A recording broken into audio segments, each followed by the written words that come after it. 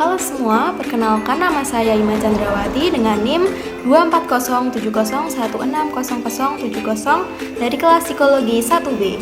Tujuan saya membuat video ini adalah untuk memenuhi ujian akhir semester mata kuliah Psikologi Perkembangan 1 yang dimana diampu oleh Ibu Siti Hikmah. Selamat menyaksikan.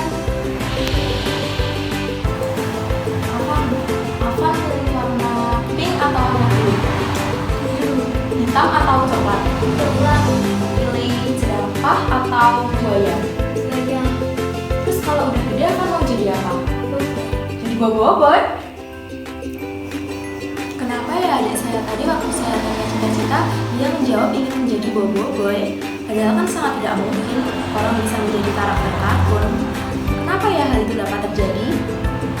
Hal ini dapat terjadi karena adik saya sedang berada pada fase pra-operasional. Tahap ini menurut Piaget merupakan salah satu tahap perkembangan yang dimana dimulai pada usia 2 dan diakhiri pada usia 7 tahun. Ia bisa menjawab cita-citanya yang menjadi bobo-boy karena dia belum bisa berpikir logis. Hal ini adalah salah satu ciri dari fase pra-operasional. Sebelumnya, apa sih fase pra-operasional itu sendiri? Jadi, fase pra-operasional adalah fase di mana anak-anak ini belajar untuk mengingat dan juga berimajinasi. Dan pada fase ini, anak itu cenderung akan meniru cara seseorang itu berperilaku dan juga berbicara. Dan pada fase ini juga kita perlu mengetahui bahwa anak-anak itu belum bisa berpikir secara logis, membedakan, menggabungkan ataupun memisahkan antara pikiran dan juga ide mereka. Jadi tidak heran apabila anak-anak sedang memiliki teman imajinasi mereka.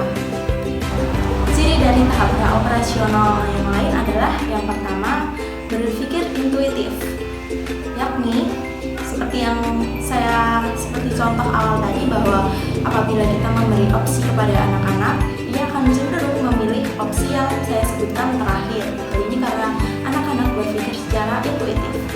Lalu, gaya belajar pada fase ini adalah melalui simbol. Jadi, kita apabila ingin mengajarkan sesuatu kepada anak-anak itu akan lebih efektif apabila menggunakan simbol-simbol yang berhubungan dengan kehidupan kita sehari-hari. Sebagai contoh, apabila kita ingin belajar atau mengajarkan anak itu membaca, kita harus menyatukan atau mengibaratkan abjad-abjad itu dengan benda-benda di sekitar kita. Sebagai contoh, huruf C untuk cangkir, B untuk galon ataupun yang lainnya. Dengan cara ini anak-anak akan lebih mudah untuk mengingat sesuatu. Selanjutnya, anak itu berpikir egosentris. Jadi jangan heran kalau pada fase ini anak-anak itu akan tantrum apabila ada sesuatu yang tidak dituruti.